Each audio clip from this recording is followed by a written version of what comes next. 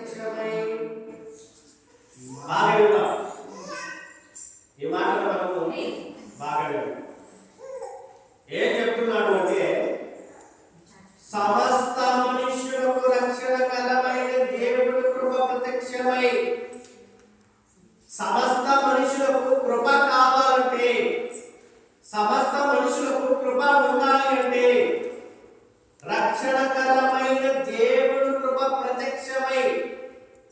12వ మనము భక్తిహీనతను ఇహలోక సంబంధమైన దురాశలను విసర్జించి శుభప్రదమైన నిరీక్షణ నిమిత్తము అనగా మహాదేవుడును మన రక్షకుడైన యేసుక్రీస్తు మహిమ యొక్క ప్రత్యక్షత కొరకు ఎదురు చూచుచు ఈ లోకములో సత్బుద్ధితోను నీతితోను భక్తితోను బ్రతుకుచుండవలెనని మనకు బోధించుచున్నది.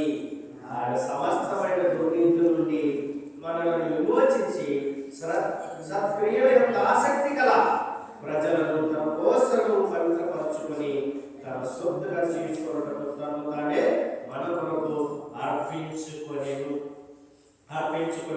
అంటే క్రైస్తవులు వేరు నుండి తొలగిపోకూడదు, అంటే పవిత్రత నుండి తొలగిపోకూడదు.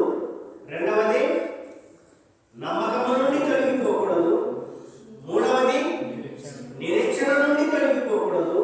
నాలుగవది కృప నుండి తొలగిపోకూడదు. కృప ఎవరి ద్వారా వచ్చింది అంటే యేసుక్రీస్తు ద్వారా వచ్చింది. అదే మనం చదివిన తీతు పత్రికలో 2వ అధ్యాయము 11 నుంచి 14 వచనంలో యేసుక్రీస్తు ద్వారానే మనకి కృప. ఆయన లేకుంటే మనకి కృపనే లేదు. కాబట్టి క్రైస్తవులు వీటిని పిలిచి తొలగిపోకూడదు అంటే 4 పాయింట్లు మనము విన్నాం. ఆ